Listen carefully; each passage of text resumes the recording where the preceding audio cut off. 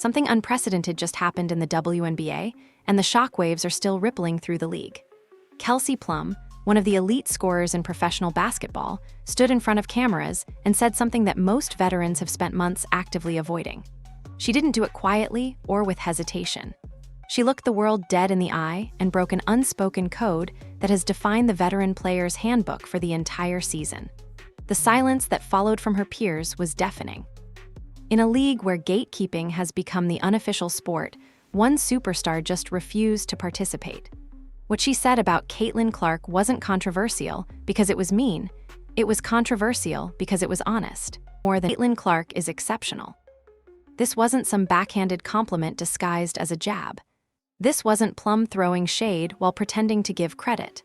This was a veteran superstar, someone averaging 24 points per game, second in the league in scoring, and a championship-caliber player, sitting down and being brutally, unambiguously honest about a rookie's abilities.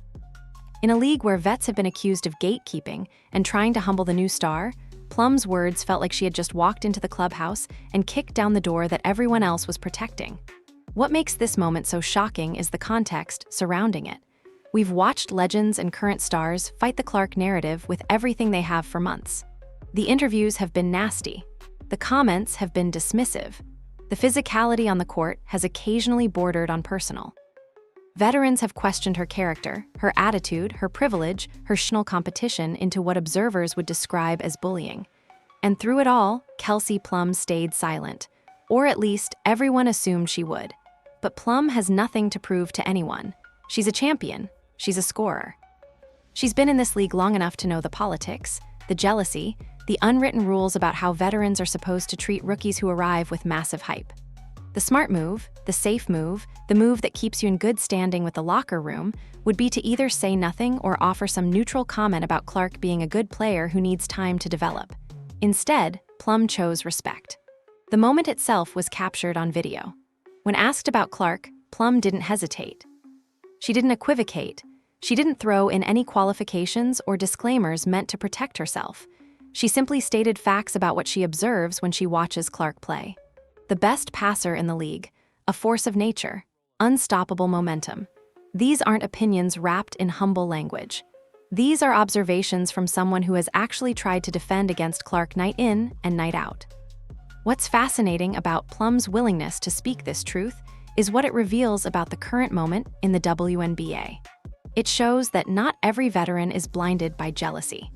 It shows that some players actually value excellence and the game itself more than they value the politics of a locker room. Plum could have easily joined the chorus of voices trying to diminish Clark's impact. She could have blamed youth, talked about adjustments, or suggested that Clark's success is built on favorable circumstances. Instead, she took the harder road and acknowledged what's actually happening on the court. The reaction from other veterans was telling. Some seemed uncomfortable. Some doubled down on their criticism of Clark. Some stayed silent, perhaps wondering if they'd been on the wrong side of this debate the entire time. The media immediately seized on Plum's comments as a turning point in the narrative. After weeks of veterans trying to keep Clark grounded, one of their own had just validated everything that fans and analysts had been saying. This wasn't just a compliment. This was a statement. Kelsey Plum had essentially said to her peers, "I'm not going to pretend this rookie isn't special just to make myself feel better." And in doing that, she set herself apart from the gatekeepers and the bitter veterans who have made this season so uncomfortable. She chose to be on the right side of history, even if it meant standing alone in that moment. But what exactly did Plum say that was so revolutionary? Let's break down the technical details of her comments, because the specifics matter just as much as the boldness. When Kelsey Plum broke ranks and spoke about Caitlin Clark, she didn't just throw out a generic compliment and move on. She went deep into the technical and strategic reasons why Clark is so difficult to defend. This is what separates her comment from empty praise. Plum analyzed the game like a coach breaking down film, which gives her words credibility that a casual observer simply cannot possess. She knows what she's talking about because she's faced this exact problem multiple times this season. Plum started by focusing on the fundamental defensive principles required to contain Clark. She talked about discipline and aggression. the idea that defenders need to be in complete control of their movements and positioning at all times. This might sound basic, but when you're facing someone with Clark's court vision and basketball IQ, discipline becomes the moment a help defender comes over to double team her or cut off a driving lane. Clark's already looking at the kickout. Plum described how Clark operates like a boulder rolling down a hill once she gets momentum. That's not flowery language. That's a technical observation about how her gravity on the court operates. Every defender has to account for Clark's presence, even when she doesn't have the ball. They have to think about where she is, where she can go, and who she might find if she gets space. What makes this analysis so damning to the narrative that Clark isn't ready is that Plum is essentially describing a player who has already mastered one of the most difficult aspects of professional basketball: reading defenses and finding the open man. This is something that typically takes years to develop. Some players never get there, but Clark has arrived at the league already possessing this skill at an elite level. Plum called her the best passer in the entire league, which means she's not just good at it, she's better at it than everyone else currently playing, including veterans who have been doing this for a decade. Plum also discussed pickup points, which is a technical defensive term referring to the moment where defenders decide to pressure the ball. She explained that against Clark, you have to be incredibly careful about when and where you pick her up. Pick her up too early, and she's already made a decision and found the open player. Pick her up too late, and she's already scored. This is the kind of problem that elite scorers and playmakers create. They force defenses into impossible choices. Most rookies haven't developed enough skill to put defenses in these bind situations. Clark already has. The most striking part of Plum's analysis was her admission that you simply cannot stop Caitlin Clark once she gets rolling. This is actually a massive concession from a superstar player.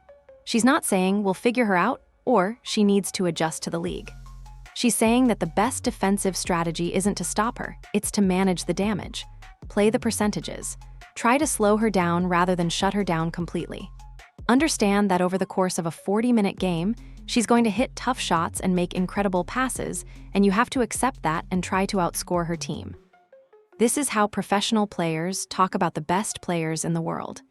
Plum essentially elevated Clark to the status of someone who cannot be defended into irrelevance. You can make her life difficult. You can frustrate her with physical play, but you cannot make her go away just by being tough on her. And that's something that some of the other veterans clearly haven't accepted yet. Resentment, and the fear that a young player is immediately receiving the credit and attention that some veterans never got despite decades of excellence. The veteran players who have been most vocal in their criticism of Clark spent years playing in front of small crowds and minimal media coverage. They sacrificed for this league. They built the foundation that allowed the WNBA to eventually become relevant enough for mainstream audiences to care about it. And then Clark arrives, and suddenly she's on magazine covers, she's getting national television coverage, she's the face of the league before she's even completed her first season. For some veterans, this must feel deeply unfair. It must feel like a slap in the face after all their hard work. This resentment has manifested in several ways throughout the season.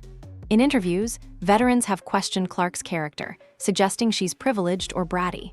On the court, some have ramped up the physical play, crossing the line from tough defense into targeting. The message being sent is clear. We're not going to make this easy for you just because you're famous. We're not going to pretend you're great just because the media is obsessed with you. You're going to have to earn our respect the way we earned ours. The problem with this mentality is that it ignores reality. Clark didn't create the hype around her arrival. The media did that. She didn't choose to be the face of the league. The league and the fans did that by finally paying attention because of what she brings to the game. She didn't cause the spike in attendance and viewership. Her newcomers have to fight their way in through a gauntlet of hostility and physical punishment. Or do they want to be a league where excellence is acknowledged regardless of who's displaying it? Where veteran players can mentor younger players rather than trying to bury them? Where the focus is on the quality of basketball being played rather than on politics and jealousy? Plum's comments suggest that there's at least one superstar who has already made that choice. She's chosen to be on the side of the game rather than on the side of the gatekeepers. She's chosen to acknowledge what's actually happening on the court rather than participate in a conspiracy of silence designed to diminish a rival. This matters because it creates space for other veterans to make the same choice. It gives permission to people who might have been reluctant to speak honestly because they feared the backlash from their peers. But honesty about Clark's abilities is only one part of this story. The more uncomfortable part involves what's actually happening on the court when she plays, and why some people believe she needs to fight back. Beneath all the basketball analysis and the debates about talent level, there's a darker conversation happening in sports media circles. People like Shady McCoy and Emmanuel Acho have started suggesting that what Caitlin Clark is experiencing goes beyond standard professional competition. They're using a word that makes a lot of people uncomfortable: bullying. And according to these analysts, the physical play and constant targeting that Clark faces has crossed from welcome to the leaguey physicality into something that resembles actual thuggery. The narrative that's been built around this is pretty simple. Caitlin Clark comes across as soft. She's nice. She doesn't talk trash. She doesn't posture. She doesn't intimidate with her personality the way some elite athletes do. She just wants to play basketball. In a league where toughness and attitude are valued as much as skill, this makes her vulnerable. Opponents sense that vulnerability, or at least they perceive it and they exploit it. They get more physical with her because they think she won't push back. They take liberties that they might not take with other players because they don't think there will be consequences. The argument goes something like this: bullies only bully until someone fights back. They test to see how far they can push. If there are no consequences, they keep pushing. If there are consequences, they back off. By this logic, Caitlin Clark's gentleness is actually inviting the aggression she's experiencing. Not because she deserves it, but because predatory competitors see an opportunity and they take it. To illustrate this point, these analysts have brought up the story of Hall of Fame linebacker Zach Thomas. The legend goes that Thomas once fought a rookie on his very first day of practice with the Miami Dolphins. His coach asked him why he'd done it, and Thomas's answer was testing him throughout the season. By fighting him immediately, Thomas sent a message: disrespect me, and we're going to have a physical problem. The rookie, having learned this lesson on day one, would think twice before holding or testing Thomas again. This old-school football mentality is now being applied to women's basketball, with some analysts suggesting that Clark needs to adopt a similar approach. They're essentially saying she needs to punch someone in the face to establish that she won't be bullied. This has sparked massive debate because it raises some uncomfortable questions about what we're asking of young female athletes in professional sports. On one side, you have people like Shady McCoy arguing that this is just how sports work at the highest level. You can't be soft. You can't signal vulnerability. You have to be willing to stand up for yourself, even if it means getting physical. This isn't about being a gangster, according to this perspective. It's about having respect for yourself and not allowing yourself to be disrespected. It's about the psychology of competition and how predators respond to signs of weakness. On the other side, you have commentators pointing out that this entire line of thinking is problematic. The idea that a female athlete should have to punch someone in the face to earn respect in professional sports is crazy. The idea that her brand, which is globally recognized and worth millions of dollars, should be tarnished by a suspension or a fight is insane. The idea that she should have to become a gangster just to play basketball is exactly the kind of toxic thinking that has plagued the WNBA throughout its existence. The physical play that Clark has been experiencing is real. Multiple coaches and analysts have noted that she's been targeted more aggressively than other rookies. There have been instances where the line between hard-nosed defense and personal targeting has been crossed. Some of these interactions look like someone is trying to send a message rather than trying to win the game. The elbows seem a little sharper, the screens a little more physical, the trash talk a little more personal when directed at Clark. What makes this particularly concerning is that it's happening to a player who is objectively one of the best on the court. This isn't a situation where a young player is getting initiated because she's struggling to adapt to the level of play. This is a situation where an elite player is being targeted precisely because she's elite, and because her arrival has changed the dynamic of the league in ways that make some veterans uncomfortable. The question of whether Clark should or shouldn't fight back has become one of the most debated topics in basketball, and the arguments on both sides reveal something important about the state of professional women's basketball. There's something darkly fascinating about watching sports analysts debate whether a basketball player should punch someone in the face. It's a conversation that shouldn't need to happen at this level of professional sport, yet here we are. The suggestion that Caitlin Clark needs to physically fight someone to earn respect has become a serious talking point, and it represents a crossroads for how the WNBA wants to handle its biggest star. On the surface, the logic is appealing in a primitive kind of way. The Zach Thomas story resonates because it suggests a solution to a complex problem. The solution is violent, quick, and definitive. One punch, and suddenly everyone knows not to mess with you. You've established dominance. You've sent a message that will reverberate throughout the locker room. Future opponents will think twice before they test you because they know you're willing to fight. It's simple, it's brutal, and it almost never works the way people imagine it will. Shady, McCoy, and others who advocate for this approach aren't necessarily saying Clark should go out and start throwing haymakers at every defender who fouls her hard.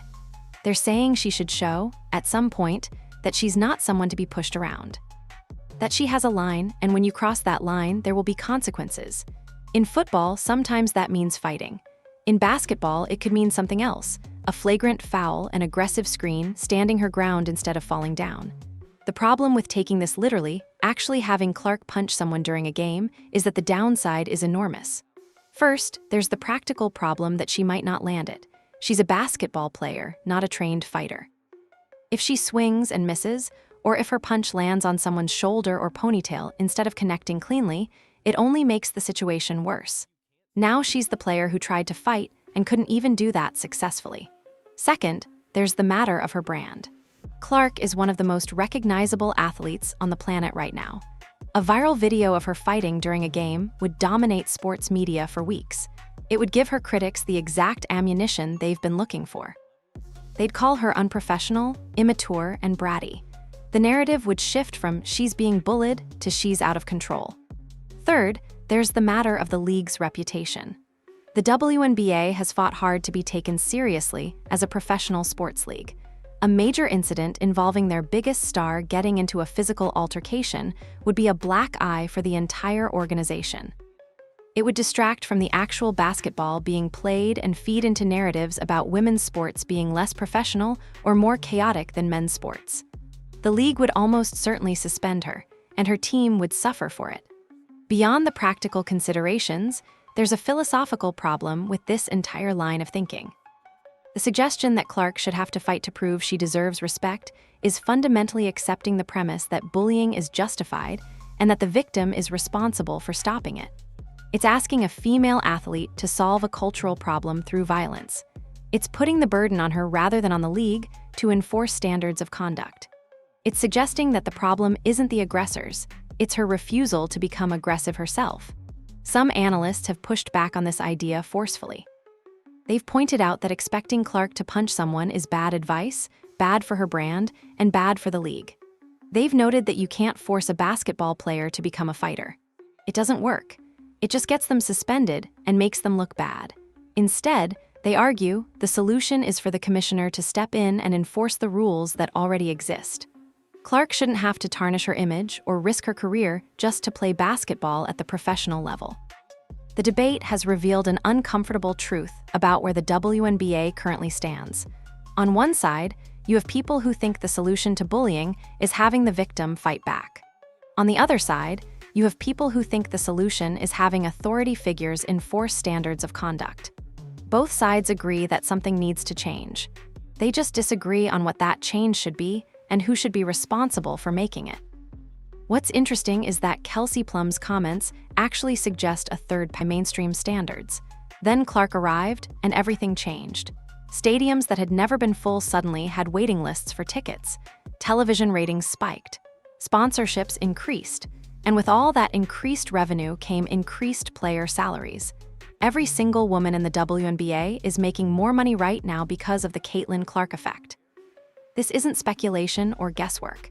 There are documented increases in player salaries, signing bonuses, and endorsement opportunities that all trace back to the increased visibility and revenue that Clark has generated.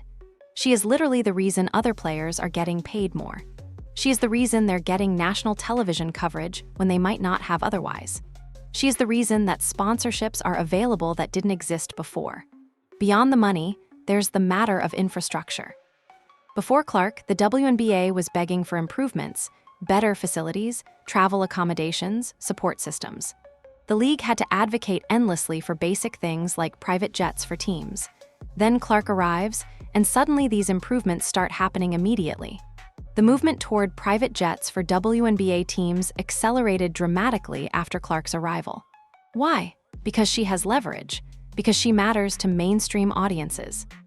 Because the league recognized that its most valuable asset needed to be treated like a valuable asset. Clark also used her platform to advocate for her peers. She spoke up about the lack of respect and resources for women's basketball. She demanded better treatment and more money for you. It doesn't make logical sense. It only makes sense if the real issue isn't about what's good for the league, it's about personal jealousy and resentment. Some veterans have tried to argue that they built the foundation that allowed Clark to succeed. This is technically true. The WNBA existed before Clark arrived. Women's basketball existed before Clark arrived. But the existence of something and the flourishing of something are two different things. Yes, veterans built the foundation. But Clark is the one who made mainstream America care about what was built on that foundation. She's the one who made professional women's basketball into a cultural phenomenon rather than just a niche sport. The hypocrisy becomes even more apparent when you consider the types of comments that have been directed at Clark. Some veterans have called her soft or weak. Others have suggested she's privileged. But the privilege they're criticizing is partly something they created, the privilege of being able to play professional basketball and make a living doing it. The privilege of having teammates and coaches and facilities. The privilege of being part of a league that's finally getting mainstream attention. Clark didn't create that privilege. She inherited it, but she's also amplified it and expanded it for everyone around her. What Kelsey Plum understood, and what some of her peers seem unable to accept, is that you can be grateful for the new opportunities created by Clark's arrival while also competing hard against her on the court. You can respect her as a player while still trying to beat her. You can acknowledge her contributions to the league while still questioning some of her on-court decisions or her approach to certain situations. It's possible to be mature about all of this. But instead, the narrative has become one of resentment dressed up as tough love or respectability. We're just trying to teach her a lesson. She needs to be humbled. She's too privileged. These are the kinds of statements that ignore the fundamental reality that every single woman playing in the WNBA right now is in a better position because of Caitlin Clark, whether they want to admit it or not. Understanding what Clark has done for the league is important, but understanding why some veterans seem so determined to diminish her requires looking at something deeper: the psychology of jealousy and the fear of obsolescence. If you strip away all the basketball arguments, all the talk about toughness and respect and teaching lessons, you're left with something much more human and much more honest: jealousy. Simple, raw, undeniable jealousy. And more specifically, the fear that comes with watching your time at the center of attention pass to someone else. Imagine you're a veteran in the WNBA. You've dedicated your life to this sport. You've sacrificed time with family, endured injuries, played through pain, dealt with minimal pay and minimal attention. You've watched men's basketball get all the resources, all the sponsorships, all the media coverage. You've fought to be taken seriously in a sport that the mainstream audience largely ignores. You've built something out of nothing. You've been a pioneer in a league that most people don't care about. And then one day, a rookie arrives. She's young, talented, and for some reason, the entire world suddenly cares about women's basketball. The stadiums fill up. The TV ratings spike. The sponsorships flood in. And everyone wants to talk about her, photograph her, put her on magazine covers. She gets in a week what you had to wait years to accumulate. The attention, the money, the respect, it all comes so easily for her because of something that has nothing to do with her: timing. She arrived at the exact moment when the mainstream finally decided to pay attention. For some veterans, this must feel profoundly unfair. It must feel like the game is rigged. Like the work they did, the sacrifice they made, the foundation they built, it all goes unrecognized while a rookie gets celebrated just for being new and marketable. This isn't just about basketball or about who's the better player. This is about validation. This is about being seen. This is about mattering. The resentment that results from this feeling manifests in predictable ways. First, there's the minimization of the newcomer's achievements. She's not that special. The hype is overblown. She'll get figured out eventually. These are the kinds of statements designed to reduce the threat. If you can convince yourself that this young player isn't actually that good, then her success doesn't threaten your legacy. The attention she's getting doesn't matter as much because it's not based on something real. When minimization doesn't work, when the player keeps producing and the attention keeps growing, the next step is attack. Question their character. Point out their flaws. Suggest they're privileged or ungrateful or bratty. The goal here is to shift the narrative from "she's talented" to "she's problematic." If people are focused on her personality rather than her game, then maybe they'll care less about her achievements. Maybe they'll respect her less. Maybe the mainstream will finally move on to someone else. And when the player persists despite the attacks, when they keep producing and the attention keeps growing, that's when the physical targeting begins. If you can't beat them with words or narrative, maybe you can beat them with your body. Maybe if you make the game hard enough, physical enough, uncomfortable enough, they'll crack. Maybe if you show them that the veterans don't respect them, they'll finally understand that they're not welcome here. This progression, minimization, character attack, physical targeting, is the classic cycle of how established people respond to threats to their status. It's not unique to the WNBA. You see scarcity mindset where there's only so much respect and attention to go around, and if Clark gets some of it, that means there's less for them. The reality is that the opposite is true. The league is growing. The attention is growing. The money is growing. There's more respect, more attention, and more money available than ever before. But some veterans are so focused on the threat of being replaced or forgotten that they can't see the opportunity to grow with the league instead of against it. As we look at where the WNBA goes from here, one thing becomes clear. The league is at a crossroads, and the decisions made in the coming weeks will determine whether this moment becomes a turning point or just another chapter in a story of wasted potential. The Caitlin Clark situation in the WNBA has reached a point where it can no longer be ignored or brushed aside as normal competitive intensity. The league is facing a genuine crisis, not in terms of viewership or revenue, those are better than ever, but in terms of its culture and its identity. The question that needs to be answered is simple. What kind of league does the WNBA want to be? Option 1 is the path of escalation. Continue down the road where veterans protect their territory through physical intimidation and character attacks. Keep the old guard mentality that every rookie has to suffer to earn respect. Maintain the idea that women's basketball is a place where toughness is defined by willingness to fight rather than by skill and intelligence. This path would preserve the locker room culture that some veterans are invested in, but it would also alienate the mainstream audience. Can end suspensions when warranted. They can meet with players and coaches and make it clear that certain behaviors are unacceptable. None of this requires the league to choose sides or favor one player over another. It just requires them to enforce standards consistently. The fear some have is that the current approach, allowing veterans to police the rookies through physical intimidation, is actually what a lot of people in the league want. There's a mentality that's deeply ingrained in professional sports that says, this is the way we've always done it, so it must be right. But the way we've always done something isn't always the right way. Sometimes traditions exist because nobody bothered to question them until a moment of crisis forced them to do so. Caitlin Clark hasn't created a crisis in terms of her performance or her character. She's created a mirror that reflects the current crisis in the league's culture. The hostility toward her isn't really about her. It's about change. It's about a league that has to figure out who it wants to be now that it finally has mainstream attention.